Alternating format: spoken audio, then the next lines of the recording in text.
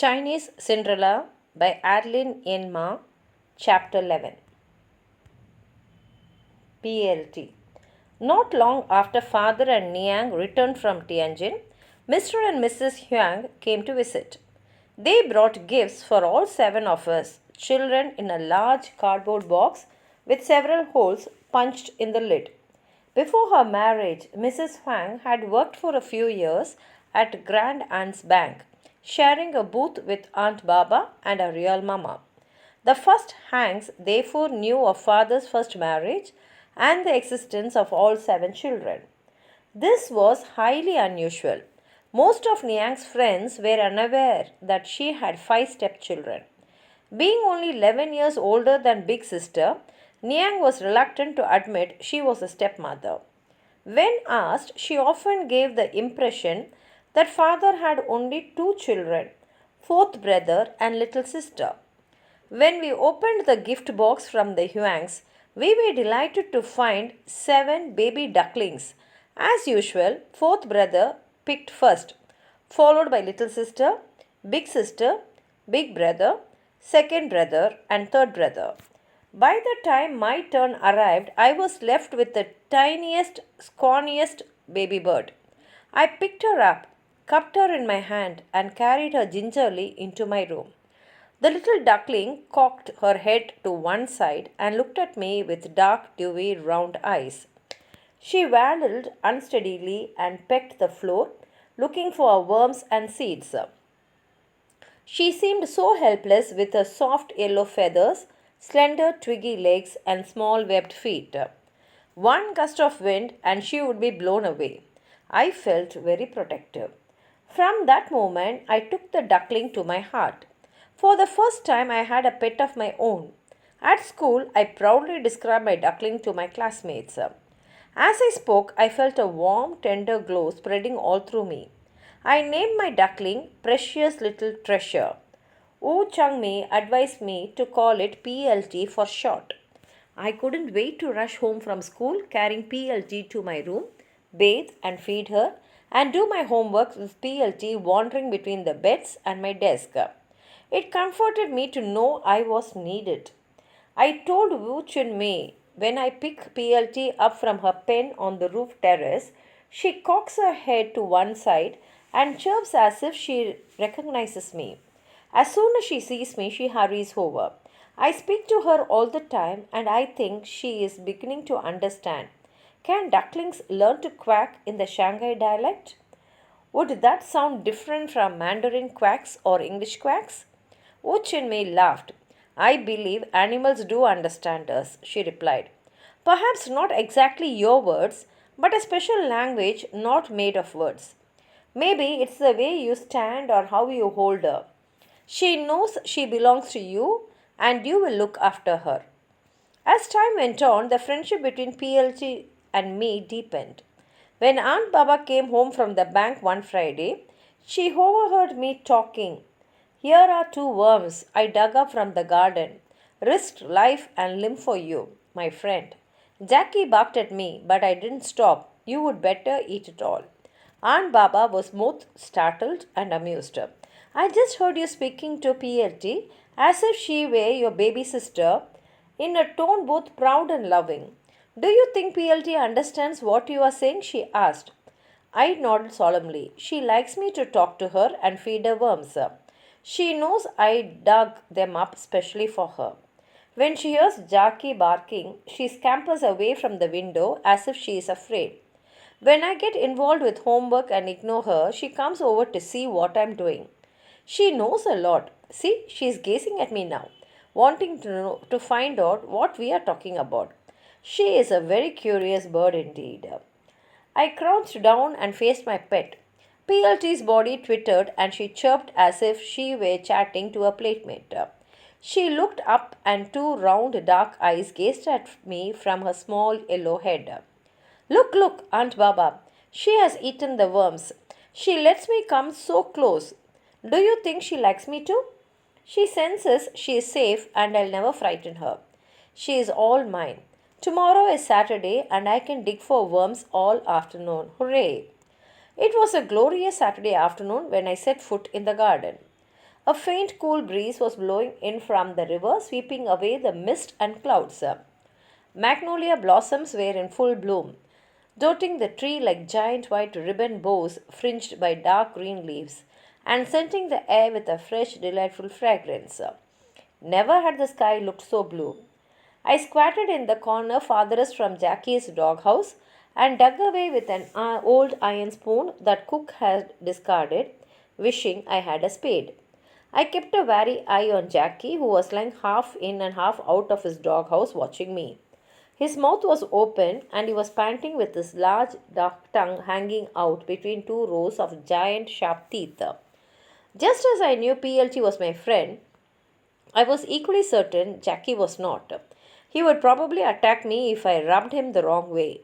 I glanced at the large wolf-like dog and shivered involuntarily. Soon I came upon a worm. I freed it from the clumps of weeds, wet leaves, and mud and placed it in a paper bag. PLT would be pleased. Everything smelled sweet, fresh, and damp. Jackie had not stirred. His eyes were half closed and he was breathing regularly, about to fall asleep. I tiptoed away so as not to wake him and ran upstairs directly to the duck pen on the roof terrace. As 7 ducklings scampered around to greet me joyously, though the maids were supposed to feed them and sweep out the pen, they didn't relish the task and often neglected it. I noticed that their food bowl and water pan were both empty. Since I was eager to give PLT her treat, I decided to alert the maids later. I knelt and placed my worm in the food bowl. The entire flock crowded around, jockeying for position. Though they looked identical to the grown ups, each was distinct and unique to us children. I was pleased to note that PLT had grown quite big and strong and was holding her own against the rest. Little sisters and second brothers' ducklings were aggressively jostling PLT. I tried gently to shoo them away so that PLT could eat a worm in peace.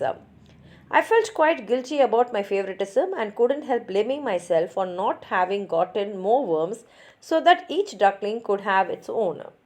Suddenly, I felt a painful blow against the back of my head. It was so hard I was knocked sideways to the ground. The ducklings scurried off in fright. I looked up to see second brother scowling down, arms akimbo. Apparently, he had been watching me stealthily from the landing for something. "This will teach you to favor your duck over mine," he shouted. He hit me again, picked up the food bowl, and ordered me to get lost as he fed my worm to his own duckling. I got up and turned to go. It was then I noticed PLT. Unlike the rest, my pet had not run away but was standing faithfully by my side. Despite the pain and commotion caused by my brother's blows, I found immense consolation in the knowledge that PLT was staying right by me. I picked up my bird lovingly and for a moment seemed to see my grief reflected in its round dark eyes. Back in my room, I busied myself getting some grains of rice and water for PLT. It was still early and Aunt Baba hadn't come home from the bank. PLT waddled about busily pecking the floor now and then coming over to look at me. "Apart from Aunt Baba, you are the only one who is always here for me. The only one who understands. Are you reminding me that I promised you a tasty worm yesterday?" I asked in the coaxing tone I reserved for my pet. PLT looked back wistfully with her round eyes, which resembled 2 black gumdrops. I felt sure she understood every word. "I bet you wish you could talk and tell me all sort of things," I said to her. "Though second brother robbed you of your worm, it's not the end of the world. I'll just have to go downstairs and get you another. Wait here." I returned to the garden. Jackie was now wide awake and pacing the ground aggressively. Back and forth, back and forth. He had awakened from his nap in a bad mood and was growling at me. With his long pointed ears, triangular eyes, prominent jaws, and sharp teeth, he resembled a ferocious wolf more than ever.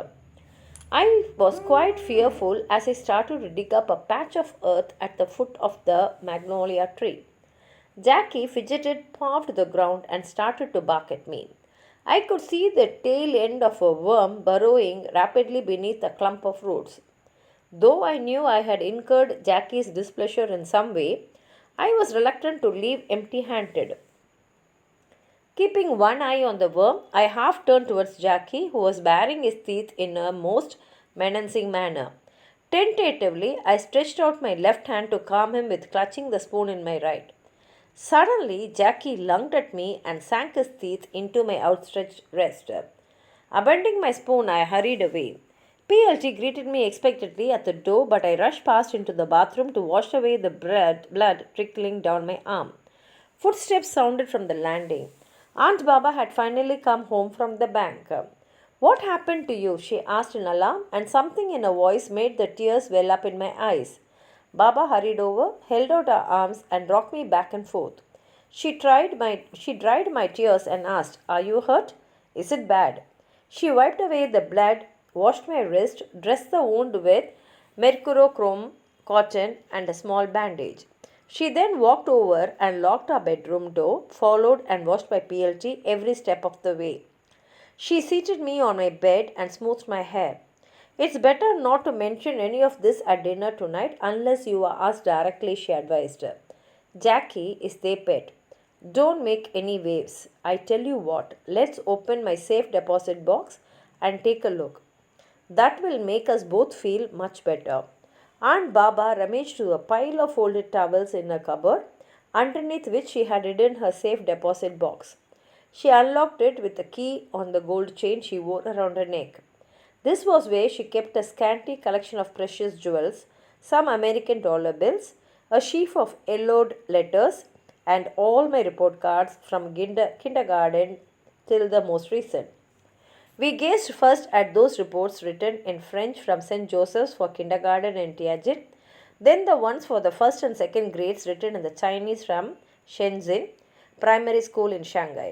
Even PLT stopped her wandering to sit contentedly at our feet, looking up occasionally as if wishing to participate. "See this one?" Aunt Baba exclaimed with pride.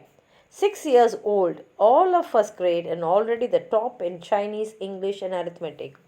At this rate, nobody going to college can have a better foundation. When you get to be 12, you should sit for the examination to enter McTire, where your graduate went. Then go on to college. You can be something you set your mind to be. Why? You must even become the president of your own. "Will you come and live with me if I am president?" I asked wistfully. "I wouldn't want to own a bank without you." "Of course I will. We will set up house on our own and take PLT with us. We will work together in our own bank side by side. Mark my words, if you study hard, anything is possible." "I will study hard, I promise." The truth was that as soon as I had heard Aunt Baba's footsteps, I had started feeling better immediately. Knowing there was someone who cared for and believed in me had revived my spirit. So we chatted happily about this and that until dinner time. The breeze died down and it became very warm as the evening meal progressed. As usual, all the dishes were served at once.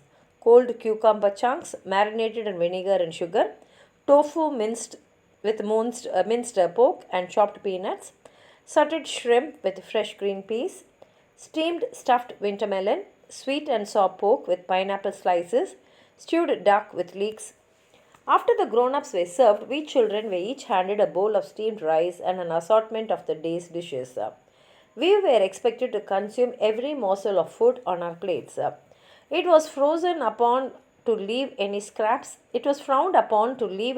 behind, even one grain of rice. Ever since the arrival of PLT, I had hated eating duck in any form or shape. It seemed wrong to eat an animal of the same species as my darling pet. Aside from duck, third brother and I shared an aversion to fatty meat, taking great pains to hide or discard any fat on our plates. I now looked with revulsion at my portion of duck meat with its underlying layer of soft yellow fat. Apparently, third brother felt the same because I saw him extract his piece of duck when no one was looking and slip it into his trouser pocket. I had eaten everything except my duck.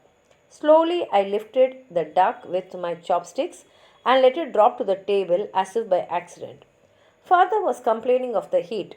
I watched the beads of sweat glistening on his forehead and wondered why he didn't remove his jacket and tie. Every night he and Nyang came down to dinner dressed to the nines. He in a stiff white shirt, knotted black tie, long pants, and matching jacket. She in a stylish dress with all her makeup and not a hair out of place. Wouldn't he be more comfortable in a tennis shirt and shorts, and she in a loose house dress? I was thinking of sticking the piece of duck to the bottom of the dining table when I saw Niang glancing at me suspiciously. Quickly, I popped the revolting morsel into my mouth and held it there without chewing or swallowing. Niang was instructing the maid to bring in a fan. Muttering about having to go to the bathroom, I rushed out, spat my mouthful into the toilet, and flushed it down. When I returned, Niang was describing the dog obedience lesson she had received with Jackie from Hans Herzog that morning. Mr. Herzog was a renowned German dog trainer. His lessons were highly selective. Jackie was being taught to obey only father, Niang, and fourth brother, who took turns attending Mr. Herzog's sessions with Jackie. Is Jackie making any progress? Father asked. It's hard to judge because I see Jackie every day, Niang answered. I certainly hope Jackie is learning something because Mr. Herzog has raised his fees again. My driving lessons are now cheaper than Jackie's obedience lessons. Since it's so hot tonight, Father suggested, why don't we all cool off in the garden after dinner? It will also give us a chance to test Jackie's obedience. He turned to Big Brother. Go fetch one of those ducklings that Hyang's brought. We'll have some fun tonight. There was a momentary silence. To us children, Father's announcement was like a death sentence. Immediately, I had a picture in my mind of my pet being torn to pieces between Jackie's frothing, ravenous jaws. I felt as if my heart had stopped beating. I held myself rigid in a world full of dread, knowing with absolute certainty that the doomed duckling would be mine. Big Brother scrapped back his chair, ran upstairs, and came down with PLT. Everyone avoided looking at me. Even Aunt Baba could not bear to meet my eyes. Father strode into the garden with PLT on his palm and sat down on a lounge chair flanked by all the grown-ups. We children sprawled in a semicircle on the grass.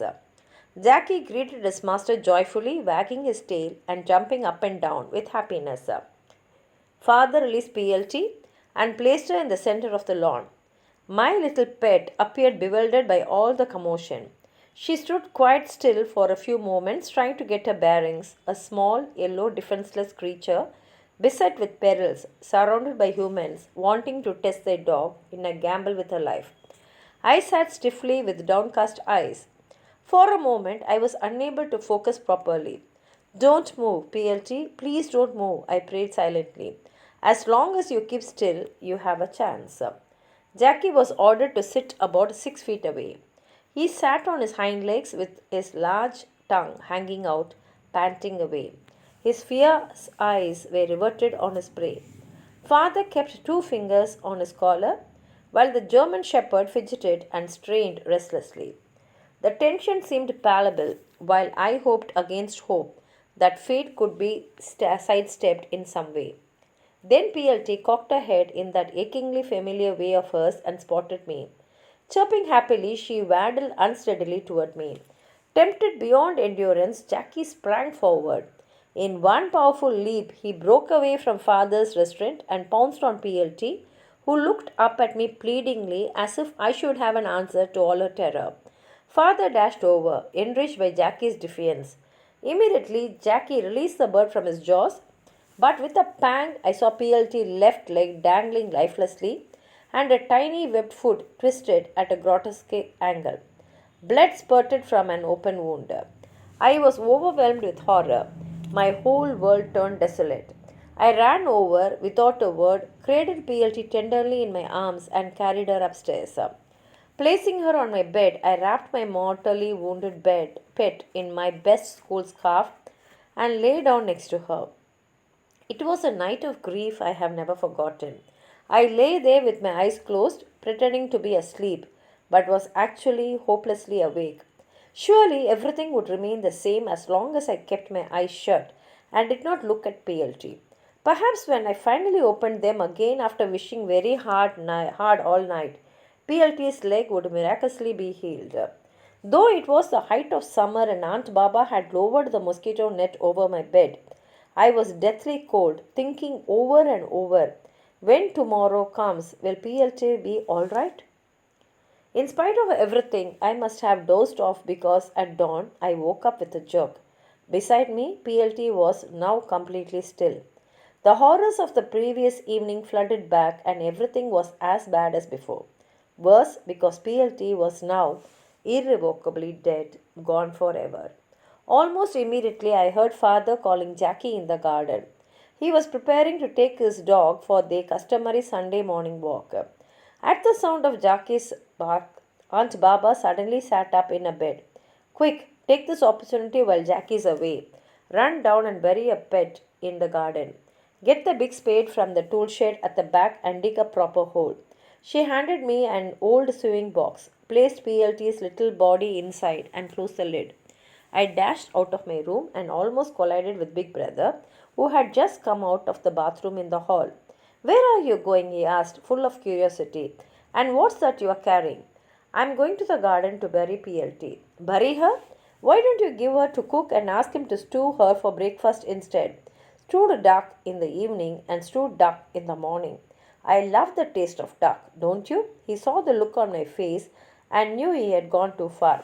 Look, that was a joke. I didn't really mean it. I'm sorry about last night too. I didn't know which duckling to pick when father gave me that order. I only took yours because yours the only least likely to give me trouble afterward. It wasn't anything against you personally. Understand? She was my best friend in the whole world, I began, tears swelling up in spite of me. Now I have lost her forever.